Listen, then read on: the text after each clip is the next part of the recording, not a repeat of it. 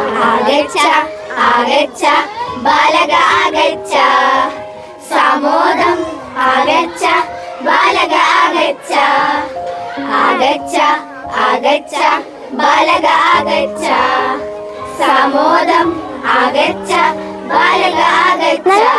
കേൾക്കാൻ ഇതേതാ ഭാഷ? അതും സംസ്കൃതം. സംസ്കൃതം എങ്ങനെയാ പഠിക്കാൻ? എളുപ്പാണോ? പിന്നെയോ നല്ല എളുപ്പാണല്ലോ. അല്ല നീ എന്താ ഇക്കൊല്ലം കൂടാഞ്ഞേ? ഇത് കുറച്ച് കടുപ്പാണോ എന്നൊരു സംശയം ഉണ്ടായിരുന്നു. എടാ നമ്മൾ 1ാം ക്ലാസ് തൊട്ട് പഠിക്കുന്നതല്ലേ, അവിടെ ഇന്ത്യക്ക് എളുപ്പാണ്. നല്ല നല്ല കഥകൾ കേൾക്കണമെങ്കിൽ സംസ്കൃതം തന്നെ പഠിക്കണം. അപ്പൊ മലയാളോ? മലയാളം നമ്മുടെ മാതൃഭാഷ തന്നെ, അത് ഒഴിവാക്കുന്നില്ലല്ലോ. അതുണ്ട്. പിന്നെന്താ? അച്ഛനും അമ്മയും തീരെ സമ്മതിച്ചില്ല. അത് സാരല്ല, നീ അടുത്ത കൊല്ലത്തേക്ക് സമ്മതിപ്പിച്ചാൽ മതി. ഉറപ്പായും ഞാൻ അടുത്ത കൊല്ലം സംസ്കൃതത്തിന് ചേരും. ഉത്തമം.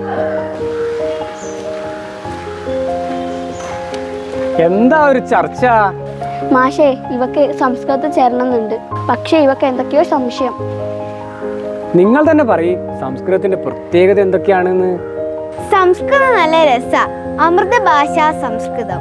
സംസ്കൃതം എളുപ്പ, സരള ഭാഷ സംസ്കൃതം. ഉത്തമം. പുനഃ സംസ്കൃതത്തിൽ ധാരാളം കഥകളുണ്ട്. സാഹിത്യ സമ്പന്നം ഭവതി സംസ്കൃതം. സംസ്കൃതം वदत संस्कृतं പഠത സംസ്കൃതം पठत संस्कृतं ലസതു സംസ്കൃതം ചിരം लसतु संस्कृतं चिरं ഗൃഹേ ഗൃഹേ ച പുനരപി गृहे गृहे च पुनरपि. തർഹി ഗച്ഛാമ.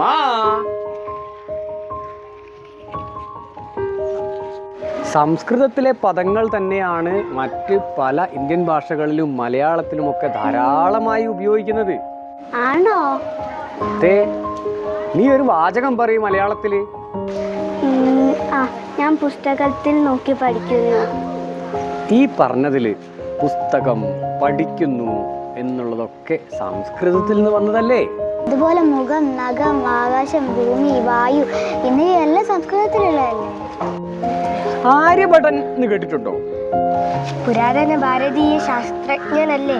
ആര്യഭട്ടൻ, വരാഹമിഹിരൻ തുടങ്ങിയ പുരാതന ഭാരതീയ ശാസ്ത്രകാരന്മാരും ചരകൻ, ശുശ്രുതൻ തുടങ്ങിയ ആയുർവേദ ആചാര്യന്മാരും എല്ലാം പുസ്തകം എഴുതിയത് സംസ്കൃതത്തിലാണ്. ഗണിതശാസ്ത്രാചാര്യനായ മലയാളിയായ സംഗമഗ്രാമ മാധവനും ഈ കൂട്ടത്തിൽപ്പെടുന്ന മഹാനായ ഒരാളാണ്.